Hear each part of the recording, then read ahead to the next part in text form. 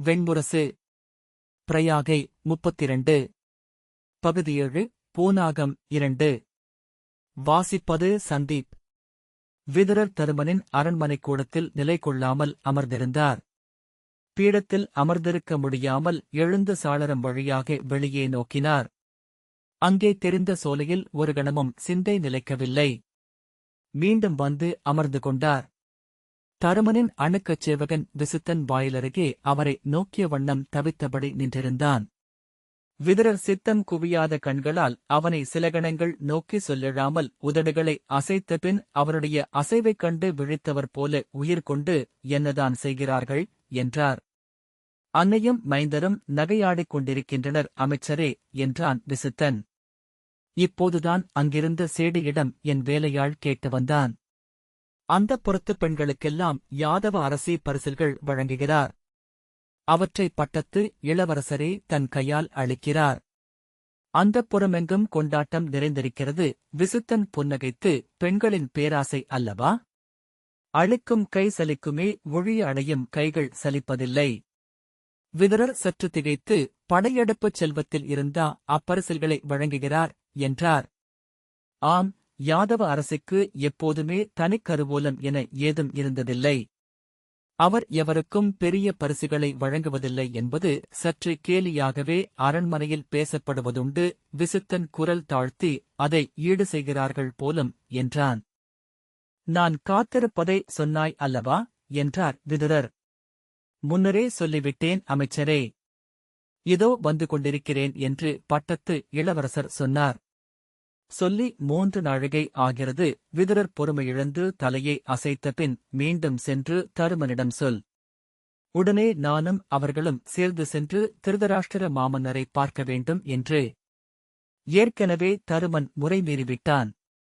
பிந்துவதென்பது மேலும் இடர்களை அளிக்கும் என்றார். விசித்தன் தலைவணங்கி, அந்தப் புறத்திற்குள் பிற ஆண்கள் நுழைய முடியாது அமைச்சரே. நான் இச்செய்தியை அரசியின் சேடியிடம் சொல்லித்தான் அனுப்ப வேண்டும். எளிய பெண்களிடம் அரசச் செய்திகளைச் சொல்வது நகர் நடுவே முரசறைவது போன்றது என்றான். நான் ஓர் ஓலையை கொடுத்தனுப்பலாமா என்று எண்ணினேன். ஆனால் அவை நடுவே ஓலை செல்வதும் அனைவரும் பார்ப்பதற்கிடமாகும். அதர் எழும். விதுரர் அவரது இயல்பை மீறி வேறு என்னதான் செய்வது என்று கூவிவிட்டார். இடிந்து சரிந்து கொண்டிருக்கிறது. தெரிகிறதா? அனைத்தும் இடிந்து சரிந்து கொண்டிருக்கிறது. அடித்தளத்தில் முதல் விரிசல் விழுந்துவிட்டது. அவர் சினத்துடன் மூச்சிறைக்க விசித்தன் அவரை நோக்கி வியந்த விழிகளுடன் நின்றான். ஏதாவது செய்ப்போ. எப்படியாவது அவர்களை உடனே கூட்டி வா விசித்தன். நான் சேடியை இளவரசர்களில் ஒருவரை வெளியே அழைத்து வரச் சொல்கிறேன். ஏதேனும் பொய்யே சொல்கிறேன் என்றபின் வெளியே ஓடினான். விதுரர் கூடத்திற்குள் முன்னும் பின்னும் மூச்சிறைக்க நடந்து கொண்டிருந்தார். வாயில் அருகே காலடியோசை கேட்டதும் திரும்பிப் பார்த்தார். வந்தது தருமன் அல்ல, தன் துணையமைச்சர்களில் அண்மையானவனாகிய கனகன் என்று கண்டு சினத்துடன் அவனை நோக்கிச் சென்று, என்ன என்று உரக்கக் கூவினார். கனகன் அந்தச் சினத்திற்கான பின்புலம் புரியாமல், அரசவை கூடியிருக்கிறது. மாமன்னர் பீடம் கொண்டிருக்கிறார். அவர்கள் இளவரசர்களை எதிர்நோக்கியிருக்கிறார்கள் என்றான். இளவரசர்கள் இறந்துவிட்டார்கள். ஒழிந்துவிட்டார்கள். புரிகிறதா? அவர்கள் இனி இல்லை என்று விதுரர் கைகளை ஆட்டியபடி கூவினார். கனகன் திகைத்து வாய்திறந்தான். பின்னர் நிலை மீண்டு மூச்சை அடக்கியபடி, அங்கே கணிகர் இருக்கிறாரா என்றார். ஆம் அமைச்சரே, கணிகர்தான் அரசரிடம் பேசிக் கொண்டிருக்கிறார். விதுரர் மீண்டும் கொந்தளித்து, ஒரு வீரனை அழைத்து அவனை வெளியே இழுத்து வந்து வெட்டி வீழ்த்தச் சொல் என்றார்.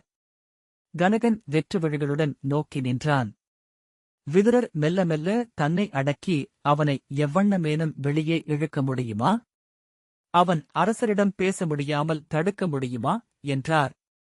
அவர் கதைகளைத்தான் சொல்லிக் கொண்டிருக்கிறார். நகைச்சுவைக் கதைகள் என்றான் கனகன். மூடா. அவன் விரிசலில் ஆப்பு ஏற்றிக் கொண்டிருக்கிறான் என்றார் விதுரர். கனகன் புரிந்து கொண்டு, ஆனால் சகுனி அவர் சொல்வதை ஒப்புக்கொள்ளாமல் என்று சொல்லவும் விதுரர் மீண்டும் சினம் கொண்டு, அது நாடகம். அவன் சொற்களை அரசரே ஆதரித்து வாதாடச் செய்கிறார் சகுனி, என்றார். மூடன். நானே மூடன். அரசரை நேராக படுக்கையறைக்கு அனுப்பியிருக்க வேண்டும். இந்த மூடர்களை உடனே அழைத்துச் செல்லாம் என எண்ணினேன். பலகாத தூரம் ஓடிக் களைத்தவர் போல விதுரர் சென்று தன் பீடத்தில் அமர்ந்து தலையை கைகளால் தாங்கிக் கொண்டு குனிந்து அமர்ந்தார். அவரது விலா அசைந்து கொண்டிருந்தது. கனகன் மெல்லிய குரலில், ஒன்று செய்யலாம். சகுனியின் அரண்மனையை தீ வைத்த பின் சென்று அச்செய்தியை சொல்ல முடியும், என்றான். விதுரரின் விழிகள் ஒரு கணம் நெறிந்தன. ஆம் என்றபின் உடனே, தேவையில்லை. அதை தீயகுறி என்று சொல்லிவிடுவான் கணிகன். அவனுக்கு அனைத்து வித்தைகளும் தெரியும். இது பாண்டவர்களின் முதல் வெற்றி, என்றார். வேறு வழியில்லை. அவன் ஏற்ற வேண்டிய விஷத்தை ஏற்றட்டும். ஏதேனும் முறிமருந்து உள்ளதா என்று பார்ப்போம். அது ஒன்றே நாம் செய்யக்கூடுவது, தலையை அசைத்து ஊழின் பெருவெள்ளம். நாம் அதனெதிரே துழாவுகிறோமா என்ன, என்றார். விசுத்தன் உள்ளே வந்து சுவர் ஓரமாக நின்றான். என்ன, என்றார் விதுரர். இளையவர் நகுலனை வெளியே அழைத்து வந்தேன். அவரிடம் அனைத்தையும் சொன்னேன். அவர் புரிந்து கொண்டார். அவர் உள்ளே சென்று தருமரிடம் சொன்னதாக என்னிடம் மீண்டு வந்து சொன்னார். தருமர் அதை யாதவ அரசியிடம் சொன்னபோது யாதவ அரசி சினத்துடன் கடிந்து கொண்டாராம். தருமர் அடங்கிவிட்டார். விதுரர் பெருமூச்சுடன், இன்னும் நேரமாகுமா என்ன, என்றார். ஆம் அமைச்சரே. இப்போது நகரின் அனைத்து விரலியரும் சூதர்களும் அந்தப் புறம் நோக்கி சென்று கொண்டிருக்கிறார்கள். அந்தப் புறத்தின் வெளிமுகப்பில் அரசி அமர்ந்து கொள்வதற்காக சௌவீரத்தில் இருந்து கொண்டு வந்த மயிலிருக்கையை போட்டிருக்கிறார்கள். பெருங்கொடை நிகழப்போகிறது என்ற செய்தி பரவிவிட்டது. நகரம் முழுக்க அச்செய்தி இன்னும் சற்று நேரத்தில் சென்றுவிடும். இனி பெருங்கொடை நிகழாமலிருக்க முடியாது. இன்று மாலை வரை அங்கிருந்து அரசியும் இளவரசர்களும் எழவும் முடியாது. கனகன் சௌவீரனின் அரசியின் இருக்கை அல்லவா அது? அது படையெடுப்புச் செல்வம். அது இன்னும் பேரரசருக்கு காட்டப்படவில்லை, என்றான். வாயை மூடு என களைத்த குரலில் சொன்னபின் விதுரர், நான் என் அமைச்சுக்குச் செல்கிறேன். இளவரசர்கள் எழுந்ததும் என்னை வந்து பார்க்கச் சொல்லுங்கள், என்றபின் சால்வையை சுழற்றிப் போட்டபடி நடந்தார். கனகன் திரும்பி விசுத்தனை நோக்கியபின் அவருக்குப் பின்னால் சென்றான். தன் அறைக்குச் சென்றதும் விதுரர் சற்று நேரம் சுவடிகளை கைகளால் அலைந்து கொண்டிருந்தார். பின்னர் வியாசரின் காவியச் சுவடி ஒன்றை எடுத்துக்கொண்டு அதை வாசிக்கத் தொடங்கினார். வாசிக்க வாசிக்க அவர் முகத்தின் இறுகிய தசைகள் மெல்ல நெகிழ்ந்தன. தோள்கள் தொய்ந்தன. உடல் பீடத்தில் நன்கமைந்தது. மூச்சு சீரடைந்தது. அது புரூரவசுக்கும் ஊர்வசிக்குமான காதலைப் பற்றிய ஊர்வசியம் என்னும் காவியம் என்று கனகன் கண்டான். அவன் அவர் அருகிலேயே சற்று நேரம் நின்றான். பின்னர் ஓசையில்லாமல் வெளியே சென்று அரச சபையை அடைந்தான். அரசரின் முதுசேவகரான விப்ரர் புஷ்பகோஷ்டத்திற்கு வெளியே தன் பீடத்தில் அமர்ந்திருந்தார். அவரது ஆணைக்குட்பட்ட பிற சேவகர்கள் அவருக்கு செய்திகளை சொல்லிக் கொண்டிருந்தனர். விப்ரர் அவனைக் கண்டதும் புருவத்தைச் சுழித்து, இளவரசர்கள் எப்போது வருகிறார்கள், என்றார். அங்கே யாதவ அரசியின் அந்தப் புறத்தில், என்று கனகன் பேசத் தொடங்க, அதை நான் நன்கறிவேன். சௌவீர நாட்டின் கருவூலத்தை அரசி அள்ளிக் கொடுத்துக் கொண்டிருக்கிறார்கள். கனகரே, அது யாதவ கருவூலம் அல்ல, இன்னும் கூட இந்நாட்டுக்கு திருதராஷ்டிரே அரசர். அவரது கருவூலம் அஸ்தனபுரிக்கு உரியது, என்றார். விப்ரரின் சொற்களை திருதராஷ்டிரின் சொற்களாகவே கொள்ள வேண்டும் என்பது அஸ்தனபுரியில் நிலை பெற்றுவிட்ட புரிதல். 60 ஆண்டு காலமாக ஒவ்வொரு நாளும் இணைந்தே இருந்து விப்ரர் திருதராஷ்டிரராகவே மாறிவிட்டிருந்தார்.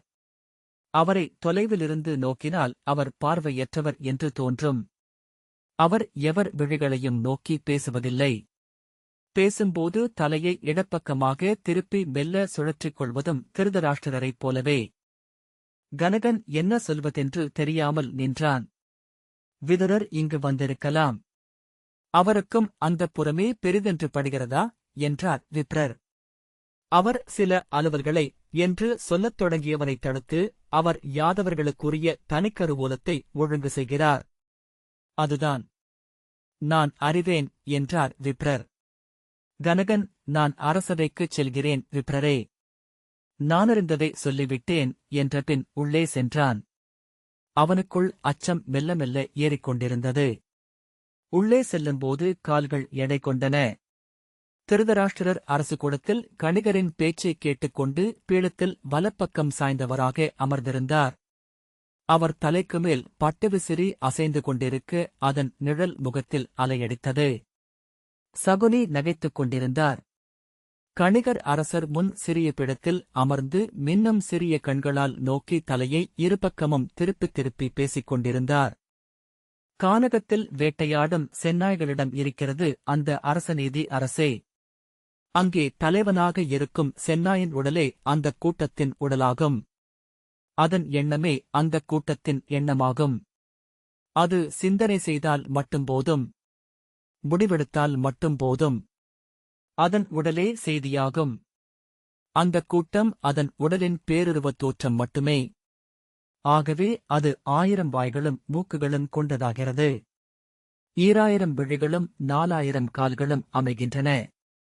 அந்த ஒற்றைப் பெருவிலங்கின் முன் மதவேழம் அஞ்சியோடும் அவர் ஒரு குறிப்பிட்ட வகையில் வாயை உறிஞ்சும் வழக்கம் கொண்டிருந்தார். அரசனும் அத்தகையவனே. அந்த வகையிலேதான் மாவீரனாகிய கார்த்தவீரியன் 1000 கரங்கள் கொண்டவன் என்று சொல்கின்றன புராணங்கள்.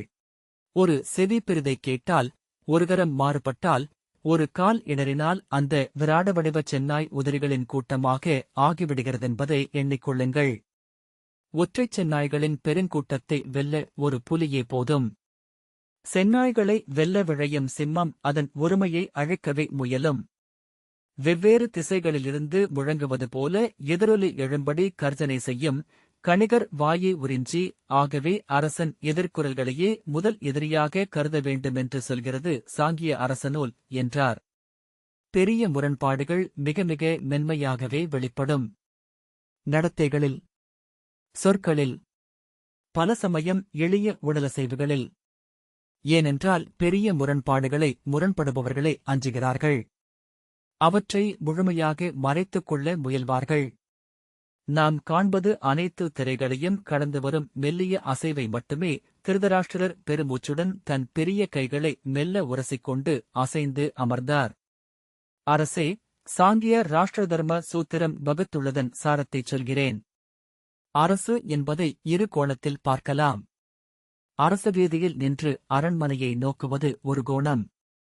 அரண்மனைக்குள் இருந்து கொண்டு நோக்குவது இன்னொரு கோணம். கணிகர் சொன்னார். முதல் கோணத்திலேயே அறம் என்பது முதன்மையாகப் பேசப்படுகிறது. ஓர் அரசு அமைவதும் நீடிப்பதும் அறத்தின் பொருட்டே என்று நூல்களும் சூதர்களும் நிமித்திகர்களும் குலமூதாதையரும் சொல்லிக் கொண்டிருக்கிறார்கள். அறத்தின் வழியில் அது செயல்படுகிறது என்றும் அறத்தை நிறுவிக் கொண்டிருக்கிறது என்றும் கற்பிக்கிறார்கள். அதை மக்கள் நம்பியாக வேண்டும். நம்பாவிட்டால் அரசு நீடிக்க முடியாது. அதை நிலைநிறுத்த அரசன் தன் கருவூலத்தை செலவிட்டுக் கொண்டே இருந்தாக வேண்டும். அது பொய்யல்ல அரசே. அதுவும் உண்மை. ஆனால் அது எல்லைக்குட்பட்ட உண்மை. சிறிய நலங்களை அளிக்கும் உண்மை. பேருண்மை அரண்மனையில் இருப்பவர் அறிவது. அரசு என்பது முழுக்க முழுக்க படைக்கலங்களால் உருவாக்கி நிலைநிறுத்தப்படுவதே. அரசநீதி என்பது தண்டநீதியே என்று அறிந்த மன்னனே நாட்டை ஆள்கிறான். அவனே உண்மையில் ஒரு நாட்டில் அறத்தையும் வாழச் செய்கிறான் என்றார் கணிகர். 100 வரிகளில் அரசநீதியை வகுத்துரைக்கிறது சாங்கிய நூல். அதைச் சொல்கிறேன். அரசன் படைக்கலத்தால் சூழப்பட்டிருக்க வேண்டும். தண்டிப்பவனாக இருக்க வேண்டும். அவனை எவரும் நெருங்கலாகாது. அவனை பிறரை நெருங்க வேண்டும். அரசனின் பிழைகள் பிறர் அறியக்கூடாது. அவை விவாதிக்கப்படக்கூடாது. அரசன் உளவாளிகளை நேரில் சந்திக்க வேண்டும். உளவாளிகளை உளவறிய வேண்டும்.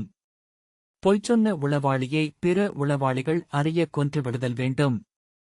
அரசனுக்கு நெருக்கமானவர்களாக வலிமை வாய்ந்தவர்கள் இருக்கலாகாது. எளிய சேவகர்களுக்கே அந்த இடம் அளிக்கப்பட வேண்டும். அரசனுக்கு நெருக்கமானவர் என்று எவரும் நெடுங்காலம் நீடிக்கக்கூடாது. அரசன் தனிமையில் எவரையும் சந்திக்கக்கூடாது. ஆனால் அரசனின் சொற்களுக்கு சான்றுகள் இருக்கக்கூடாது. அரசனின் அனைத்துச் சொற்களும் வாளால் எழுதப்பட்டவையே. அரசன் சொற்கள் அரசனாலேயே மாற்றப்பட வேண்டும். அரசாணைகளில் காலம் கடந்து நிற்கப்பட வேண்டியவை மட்டுமே எழுத்தில் அளிக்கப்பட வேண்டும். பிற வாய்மொழியாகவே அளிக்கப்பட வேண்டும். அவை பிழையாகப் போகுமென்றால் அவற்றின் பொறுப்பு அரசனுக்கு வந்துவிடலாகாது. அரசனின் சொற்களுக்கு விளக்கமளிக்க எவருக்கும் உரிமையளிக்கப்படலாகாது. ஓலைகளில் முதன்மைச் செய்திகளை அனுப்பலாகாது. அவை முகமறிந்து விளக்கக்கூடிய அறிஞரிடமே சொல்லி அனுப்பப்பட வேண்டும். ஆனால் எச்செய்தியும் ஒருவரிடம் முழுமையாக சொல்லி அனுப்பப்படலாகாது. அரசனின் எண்ணம் என்ன என்பது முதலிலேயே வெளிப்பட்டுவிடக்கூடாது. அரசன் விவாதங்களில் எப்போதும் கேட்பவனாக மட்டுமே இருக்க வேண்டும். அரசனின் கருத்தை இன்னொருவரே அவையில் சொல்ல வேண்டும். அவற்றை எதிர்ப்பவர்களை அரசன் அடையாளம் கண்டுகொள்ள வேண்டும். அரச மன்றில் எல்லா தரப்பும் சொல்லப்பட வேண்டும். ஒரு தரப்புக்காக நெடுந்தூரம் வாதிடுபவனை குறித்துக் கொள்ள வேண்டும். அரச மன்றில் குழு சேர்பவர்கள் களைகள். அரசன் மன்றில் தன் இறுதி முடிவை அறிவிக்கலாகாது. அரசன் ஒருபோதும் தன் முடிவுக்கு காரணங்கள் சொல்லலாகாது. அரசன் வாதிடலாகாது. அரசன் தன்னிடம் முகமன் சொல்பவர்களை ஊக்குவிக்க வேண்டும். முகமன் அரசனின் அதிகாரத்தை உறுதிப்படுத்தும். முகமன் சொல்பவர்களை ஒருபோதும் நம்பக்கூடாது. அரசன் தன்னை கண்டிப்பவர்களை அவையில் பேச ஒப்பக்கூடாது. அரசனுக்கு அவனுக்கு கீழானவர்கள் அவையில் அறிவுரை சொல்லக்கூடாது. அவ்வாறு சொன்ன உறவினரோ நிகர்மன்னரோ அந்த அவையிலேயே சிறிய அளவில் அவமதிக்கவும் பட்டாக வேண்டும். தன் நெறிமீது நம்பிக்கை உள்ளவன் ஆணவம் கொண்டிருப்பான். அந்த ஆணவத்தை பாராட்டி அரசன் பயன்படுத்திக் கொள்ள முடியும். நெறிமீது ஊன்றியவனை அவமதித்து எதிரியாக்கக் கூடாது. அரசன் எதிரிகள் உருவாவதற்கான வாய்ப்புகளைக் கண்டடைந்து அவற்றையே அழித்துக் கொண்டிருக்க வேண்டும். நண்பர்களையும் சீண்டிக் கொண்டே இருக்க வேண்டும். நட்பே பகையாகக் கூடியது. அவர்கள் எதிரிகளாகத் தொடங்கியதுமே அழித்துவிடல் வேண்டும். நீர்பூத்த நெருப்பை விசிறிக் கண்டுபிடிப்பதுதான் அது. எதிரிகளின் சிறிய எச்சத்தைக் கூட விட்டு வைக்கக்கூடாது. ஐயம் கொண்டு பின் குற்றமற்றவன் என்று ஒருவனை விட்டோமென்றால் அவன் குற்றம் செய்பவனாகவே மாறுவான் என்பது உறுதி. அவனை அழித்துவிடுவதே சிறந்தது. எதிரியிடம் எக்காரணத்தாலும் கருணை காட்டக்கூடாது. கருணை காட்டப்பட்ட எதிரி அவமதிக்கப்பட்டவன். தோற்கடிக்கப்பட்டவன் ஒருபோதும் நண்பனல்ல, சரண் அடைந்தவன் வன்மம் கொண்டவன். அவனை மறைமுகமாக கொல்ல வேண்டும். காத்திருப்பவனே சிறந்த சூழ்ச்சியாளன். குருடனாக நடிப்பவனைப் போல கூரிய பார்வையன் வேறொருவனில்லை. செவிதிருப்பிக் கொண்டவன் அனைத்தையும் கேட்கிறான். அணுக்கமாக இருப்பவர்களில் ஒருவனேனும் கசப்பு கொண்டவனே. அவன் காட்டிக் கொடுப்பவனாக மாறத்தக்கவன். எதிரிகளை நமக்குக் காட்டிக் கொடுக்கும் அவர்களின் மனிதர்களை வென்றபின் அழித்துவிட வேண்டும். எதிரிகளை எப்போதும் அச்சத்தில் வைத்திருக்க வேண்டும். எதிரியிடம் எப்போதும் பேசிக்கொண்டும் இருக்க வேண்டும். எதிரிக்கும் நமக்கும் இடையே நம்பிக்கையான நடுநிலையாளர்கள் எப்போதும் தேவை. எதிரியின் ஆற்றலின் ஊற்றுக்கண்ணை அறியாமல் தாக்கலாகாது. ஊற்றை அடைத்த பின்னரே பெருக்கை நிறுத்த முடியும். உடனடியாக அழிக்க முடியாத எதிரியை நண்பனாக்கி தோளிலேயே வைத்துக் கொள்ள வேண்டும். எதிரிக்கு எதிரியை நண்பனாக கருத வேண்டும். முதல் எதிரியை அழித்ததும் இரண்டாம் எதிரி அழிக்கப்பட்டாக வேண்டும்.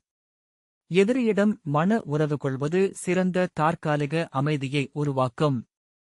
எதிரியின் மகள் அரசனின் முழுமையான அரசியாக ஒருபோதும் ஆவதில்லை. அரசனின் கீழ் ஒவ்வொருவரின் அதிகாரமும் இன்னொருவரின் அதிகாரத்தால் சமன் செய்யப்பட்டிருக்க வேண்டும். அதிகாரம் மேலும் அதிகாரத்தை நோக்கி மனிதர்களை தள்ளக்கூடியது. ஒவ்வொரு முதியவரின் கீழேயும் நாளை அவரை இடைநீக்கம் செய்யக்கூடிய இளையோன் ஒருவனை வளர்த்து வர வேண்டும். அதிகாரத்தில் இருந்த மூத்தவர்கள் போலி பதவிகளில் அமர்த்தப்பட வேண்டும். அவர்கள் எதிரிகளிடம் சிக்கிவிடக்கூடாது. முதன்மை பதவி வகித்தவர்களின் மைந்தர்கள் பதவிக்குச் சிறந்தவர்கள். அரசனால் மட்டுமே தாங்கள் வாழ முடியுமென நினைப்பவர்கள் அரசனைச் சூழ்ந்திருக்க வேண்டும். ஐயத்திற்கிடமின்றி தன் வழித்தோன்றலை அரசன் அறிவிக்க வேண்டும். அந்த வழித்தோன்றலை தன் வாழ்நாள் வரை கட்டுப்படுத்தும் ஆற்றலையும் தன்னிடம் வைத்திருக்க வேண்டும். அரசு அறிவிப்புகளை அவ்வப்போது வெளியிட்டுக் கொண்டிருக்க வேண்டும். விழாக்களை நடத்த வேண்டும். மக்களின் தெய்வங்களை அரசன் வணங்க வேண்டும். குலக்குழுத் தலைவர்களாக வல்லமையற்றவர்களை அமைக்க வேண்டும். அவர்களை அரசன் வணங்கவும் வேண்டும். மக்களின் இக்கட்டுகளை மறக்கச் செய்பவை சிறிய போர் வெற்றிகள். அவற்றைத் தொடர்ந்து அடைந்து கொண்டிருக்க வேண்டும். உள்நாட்டுச் சிக்கல்களுக்கு எல்லைகளில் போரைத் தொடங்குவது சிறந்த தீர்வாகும். அரசனுக்கு வெற்றி ஒன்றே பொருட்படுத்தத்தக்கது. தோல்வி எத்தனை மகத்தானது எனினும் வெறுக்கத்தக்கதே. அரசன் ஆளும்போது மட்டுமே அரசன். நாடிழந்தவன் குடிமக்களை விட கீழானவன். நாடுள்ளவனே அறம் செய்ய முடியும். எனவே நாட்டின் பொருட்டு அறம் மீறுதல் அரசனுக்கு உகந்ததே. அரசனின் புகழ் என்பது அரசனால் உருவாக்கப்படுவதேயாகும். திருதராஷ்டிரர் மீண்டும் பெருமூச்சு விட்டார்.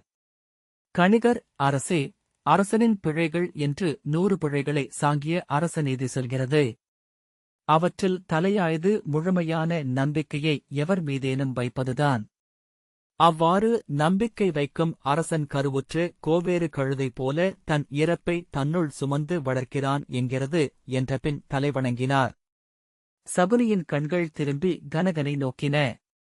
கனகன் தலைவணங்க சகுனி, பாண்டவர்கள் வந்துவிட்டனரா? உள்ளே வரச் சொல் என்றார். அவர் தன் முகக்குறியை உணர்ந்த பின்னரே அவ்வாறு சொல்கிறார் என்று அறிந்த கனகன் அந்த நேரடித்தன்மையால் நிலைகுலைந்து இன்னும் வரவில்லை. அங்கே அந்தப்புரத்தில் என்றான். அச்சொல்லாட்சி பிழையாகிவிட்டது என்று உணர்ந்து அவன் மேலே பேசுவதற்கு முன்னர், ஆம், சௌவீர மணிமுடியை யாதவ அரசி சூடினார் என்று அறிந்தோம். மணிமுடி சூடினால் அதற்குரிய கொடைகளையும் அளித்தாக வேண்டும் அல்லவா என்றார் சகுனி. கனகன் பெருமூச்சுடன் அமைதியானான். அரசே, பிரஹஸ்பதியின் நீதி சூக்தம் ஒரு கதையைச் சொல்கிறது. அதை இங்கே சொல்ல எனக்கு ஒப்பளிக்க வேண்டும் என்ற பின் கணிகர் சொல்லலானார்.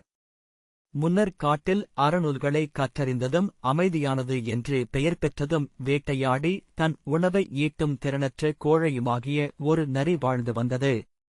அது தன்னுடன் ஒரு விழியிழந்த புலியையும் காலிழந்த செந்நாயையும் கீரிப்பிள்ளையையும் எலியையும் சேர்த்துக் கொண்டது. அவை வேட்டையாடி உண்ண முடியாதவையாக துயருற்றிருந்தன. நரி ஒரு சூழ்ச்சியைச் செய்தது. அங்குள்ள மான் கூட்டங்களில் கொழுத்து திரண்ட மான் ஒன்று தூங்கிக் கொண்டிருக்கையில் எலியை அனுப்பி அதன் காலை கடித்து புண்ணாக்கும்படி சொன்னது. கால் புண்ணான மான் விரைந்தோட முடியாமல் நொண்டிய போது செந்நாய் அதை மறித்து துரத்தியது. கீரி அதை வழிமறித்து கண்ணற்ற புலியின் அருகே கொண்டு சென்றது. புலி அதை அடித்துக் கொன்றது. அனைவரும் நீராடி வாருங்கள். அதன்பின் உணவுண்போம். அதுவரை நான் இதற்குக் காவலிருக்கிறேன். எலி நீராடும் வழக்கமில்லாதது, அது எனக்கு துணை இருக்கட்டும் என்றது நரி. புலி முதலில் நீராடி வந்து நரியிடம், நீ சென்று நீராடி வா, நாம் உண்போம் என்றது. நரி பெருமூச்சு விட்டு, நீங்களில்லாத போது ஒரு சிறிய விவாதம் எழுந்தது என்றது. இந்த மானைக் கொன்று முதல் வேட்டையாளன் நானே, எனவே இதன் ஈரல் எனக்குரியது என்று எலி சொல்கிறது. நான் அதை ஏற்கவில்லை. இந்த மானைக் கொன்ற அரசர் நீங்களே என்றேன். எலி அதை ஏற்க மறுக்கிறது என்றது. சினம் கொண்ட புலி உறுமியபடி ஒரே அடியில் எலியைக் கொன்று தின்றுவிட்டது. பின்னர், ஆம், எலி சொல்வதே சரி. ஒரு சிற்றலியை துணை கொண்டு நான் உணவுண்டால் என் குலத்திற்கு இழுக்கு. என்னால் முடிந்த வேட்டையை ஆடுகிறேன். இல்லையேல் பட்டினி கிடந்து இறக்கிறேன் என்று சொல்லி அகன்று சென்றது. அதன்பின் செந்நாய் அங்கே வந்தது. நரி அதனிடம், புலி தன் மனைவியை அழைத்து வருவதற்காகச் சென்றிருக்கிறது. இருவருக்கும் இந்த உணவு போதாது. எனவே செந்நாயையும் உண்ணலாம் என்று அது சொன்னதை நான் கேட்டேன் என்றது. செந்நாய் அஞ்சி அக்கணமே ஓடி மறைந்தது. இறுதியாக கீரி குளித்துவிட்டு வந்தது. கீரியிடம் நரி, இப்போது இவ்வுணவுக்கு நாமிருவர் மட்டுமே போட்டியிடுகிறோம். கானக முறைமைப்படி நாம் ஒருவருக்கொருவர் போரிடுவோம். எவர் வெல்கிறார்களோ அவருக்குரியது இவ்வுணவு என்றது. கீரி திகைத்த பின், நரியுடன் கீரி போரிட முடியுமா என்ன? என் உயிரை காத்துக் கொள்கிறேன் என்று சொல்லி விரைந்தோடி மறைந்தது. நரி அந்த மானை பல நாட்கள் வைத்திருந்து உண்டது. கணிகர் மெல்லிய குரலில் சொல்லி நிறுத்திவிட்டு, கதைகள் நினைக்கும்தோறும் வளர்பவை அரசே, என்றார். திருதராஷ்டிரர் திரும்பி கனகனிடம், விதுரன் எங்குள்ளான்? என்றார். அவர் தன் சுவடியறையில், என்றான் கனகன். நான் ஆணையிட்டேன் என்று அவனிடம் சொல்.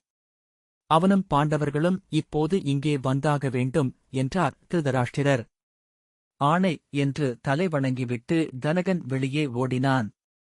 இடைநாழியைக் கடந்து விதுரரின் அறையை அடைந்தான். விதுரர் ஏட்டில் மூழ்கி இருப்பதைக் கண்டான். அவர் முகம் மலர்ந்திருந்தது. சுவடியின் சொற்களுக்கேற்ப அவரது உதடுகள் அசைந்து கொண்டிருந்தன. காலடியோசை கேட்டு விழுதூக்கி, சொல், என்றார். அரசரின் ஆணை. பாண்டவர்களும் தாங்களும் உடனடியாக அவை அணைய வேண்டும், என்றான் கனகன். இப்போது நான் மட்டுமே செல்ல முடியும், என்றார் விதுரர் மேலாடையை எடுத்தபடி. ஆனால், என்று கனகன் சொல்லத் தொடங்க, என்ன செய்வது? அவர்கள் இப்போது இங்கில்லை. நான் அனைத்தையும் ஊழின் ஆடலுக்கு விட்டுவிட்டேன், என்றார். அவர் இடைநாழியில் நடக்கப் பின்னால் கனகன் சென்றான். கணிகர் சொன்ன ஒவ்வொரு சொல்லும் ஒரு புலிக்குகை போல உருமுவதைக் கேட்டேன், என்றான் கனகன். ஆம், குறைவாகச் சொல்லி கேட்பவரை மேலே சிந்தனை செய்ய வைப்பவன் அவன். அவ்வெண்ணங்கள் கணிகர் உருவாக்குபவை என்றறியாமல் அவர்கள் தங்கள் எண்ணங்கள் அவை என எண்ணிக்கொள்வார்கள். தாங்கள் அடைந்ததனாலேயே அவை சரியான எண்ணங்கள் என்று நம்புவார்கள், என்றார் விதுரர். இடைநாழியில் அவர்கள் செல்லும்போது கனகன், என்ன செய்வது அமைச்சரே, என்றான். முதல் விரிசல் நிகழ்வது எப்போதும் ஊழ்விளையாட்டு. சகுனி காத்திருந்தது அதற்காகவே. அங்கே அவர்கள் வேரோடிவிட்டனர். கரும்பாறையை பிளப்பதற்குள் நாம் நச்சுமரத்தை அழைக்க வேண்டும். ஆனால் இப்போது விரைவு கொண்டு பயனில்லை. அவன் சொல்ல வேண்டியதையெல்லாம் சொல்லிவிட்டான். அந்த உளக்கொதிப்பில் அரசர் இருக்கையில் சென்று சந்திப்பது கூட பிழையாகலாம். அவர் சென்று ஓய்வெடுக்கட்டும். சற்று இசை கேட்டால் யானை தன் கட்டுக்குள் மீண்டுவிடும். அதன் மத்தகம் குளிர்ந்துவிடும். அதன்பின் நாம் அதை அணுகுவது நலம் என்று எண்ணுகிறேன். அரசரின் பெருந்தன்மையும் கருணையும், என்று கனகன் பேசத் தொடங்க, ஆம், அதுவே இன்று நமக்கு பெரும் எதிரி. பால் எளிதில் திரிந்து விஷமாகும் என்பது இயற்கையின் நெறி, என்றார் விதுரர். பெருமூச்சுடன், நீ சென்று பாண்டவர்களிடம் சொல், நல்ல நேரம் கடந்துவிட்டது என்று. அவர்கள் தங்கள் அரண்மனைகளுக்குச் சென்று நீராடி ஓய்வெடுக்கட்டும். அரசர் மாலையில் இசைக்கூடத்தில் இருக்கையில் முறைப்படி ஆடையணிந்து அவர்கள் அரசரைக் காண வரட்டும். அப்போது நானும் அங்கிருப்பேன், என்றார். இப்போது அவர்கள் வரவேண்டியதில்லையா, என்றான் கனகன். வரலாகாது, என்றார் விதுரர். இந்த வாசிப்பை கேட்டதற்கு நன்றி.